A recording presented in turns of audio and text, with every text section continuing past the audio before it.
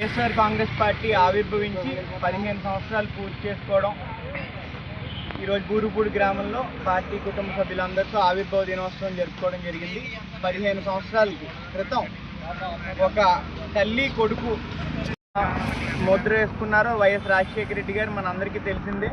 అటువంటి వ్యక్తి మరణించడంతో వారి కుమారుడు వారి సతీమణి వైఎస్ విజయలక్ష్మి గారు కలిపి స్థాపించినటువంటి వైఎస్ఆర్ కాంగ్రెస్ పార్టీ ఇద్దరితో పడిన ఈరోజు జన సముద్రమై ఆంధ్రప్రదేశ్లో అనేక జీవితాలు అనేక కుటుంబాలను ప్రభావితం చేసినటువంటి party YSR Congress party.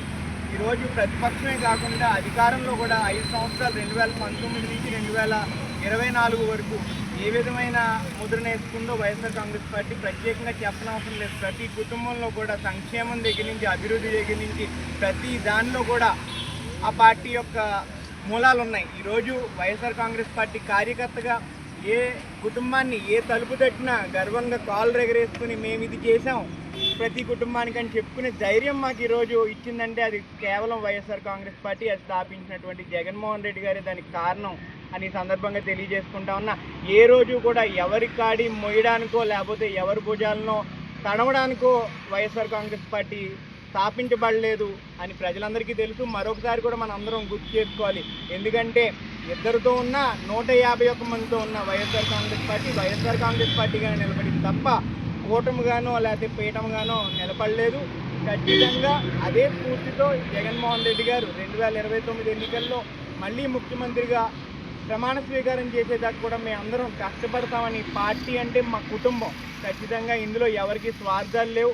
100% party బాగోగుల కోసం కార్యకర్తలు అందరం కూడా అహర్నిశలు శ్రమిస్తామని సందర్భంగా తెలియజేసుకుంటా ఉన్నాం.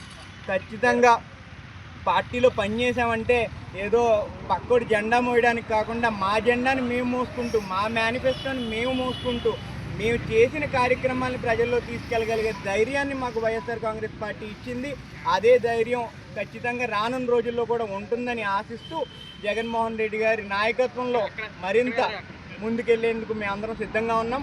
అదేవిధంగా ఇక్కడ రాష్ట్ర వైఎస్ఆర్ కాంగ్రెస్ పార్టీ యువజన విభాగం అధ్యక్షుడు మా మాజీ శాసనసభ్యులైనటువంటి జక్కంపూడి రాజా గారి సహాయ సహకారాలతో వారి అండదండలతో ఖచ్చితంగా పార్టీ ఇప్పటికే చాలా పటిష్టంగా బలంగా ఉంది.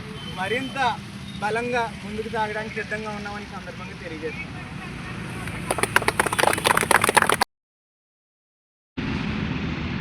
మరి అసెంబ్లీ బడ్జెట్ సమావేశంలో మరి కొన్ని మార్పులు చేర్పులు జరిగినాయి కదా, దానిపై మీ అభిప్రాయం? అలా ఈరోజు అసెంబ్లీ చూస్తూ ఉంటే ఏదో పరీక్షకి వెళ్ళిన విద్యార్థి ఆడే క్వశ్చన్ పేపరు ఆడే ఆన్సర్ పేపర్ రాసుకుని ఆయనే మార్కులు వేసుకున్నట్టుగా ఉంది ఈరోజు అసెంబ్లీ చూస్తూ ఉంటే. ఎందుకంటే ఒక ఎగ్జామ్ పేపర్ క్వశ్చను నేనే ఆన్సరు నేనే మార్కులు నేనే వేసుకున్నట్టుగా ఉంది. ఈరోజు ప్రజలందరూ కూడా గమనిస్తూ ఉన్నారు. ఎందుకంటే ప్రతిపక్షం ఉంటేనే గలమెత్తడానికి ప్రజాగలమై ఈరోజు వినపడాలి. ఖచ్చితంగా ఆ తీరు ఎక్కడ అసెంబ్లీలో కనిపించట్లేదు. ఇదంతా చాలా బాధాకరంగా ఉంది. 100% దాన్ని తీరు మార్చుకొని గౌరవ కూటమి నాయకులందరూ కూడా ముందుకు సాగుతారని అనుకుంటా ఉన్నాం. ఎందుకంటే ఈరోజు 100 రోజుల్లో 100 ఉద్యోగాలు 100 కంపెనీలు తీసుకొస్తానని చెప్పారు లోకేష్ గారు. ఈరోజు 100 రోజులు అయిపోయి 200 రోజులు వచ్చింది. అయినా కానీ ఒక్క కంపెనీ కూడా లేదు. మన దావోస్ చూసుకుంటే ₹1 పెట్టుబడి ₹1 MOU అయినట్టు కూడా మనకి ఎక్కడ కనిపించట్లేదు.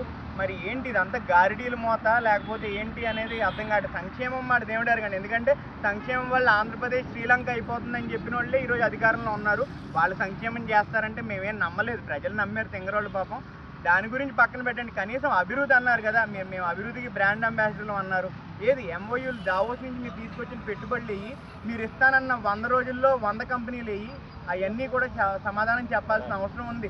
ఈరోజు అసెంబ్లీ చూస్తూ ఉంటే మీరింద్రుడు మీరు చంద్రుడు ఇలా పొగుడుకోవడమే సరిపోతూ ఉంది. ఒకళ్ళనొకళ్ళు మీతో 15 సంవత్సరాలు కాపురం చేస్తాం, మేము మీతో 20 సంవత్సరాలు కాపురం చేస్తూ ఉన్నారు. అసెంబ్లీలో ప్రజలు మ్యాండేట్ ఇచ్చింది మీరిద్దరూ ఎన్నాళ్ళు కాపురం చేస్తారనే దాని గురించి ప్రజలు మ్యాండేట్ ఇవ్వలేదు. ప్రజలకు మీరు ఏం చేస్తారు, మీరు చెప్పిన సూపర్ 6లు ఏమైనాయి అనే దాని గురించి మేము అందరం ప్రజలందరూ ఎదురు చూస్తున్నారు. దాని గురించి అసెంబ్లీలో మాట్లాడితే బాగుంటుందని ఈ సందర్భంగా తెలియజేస్తున్నాం.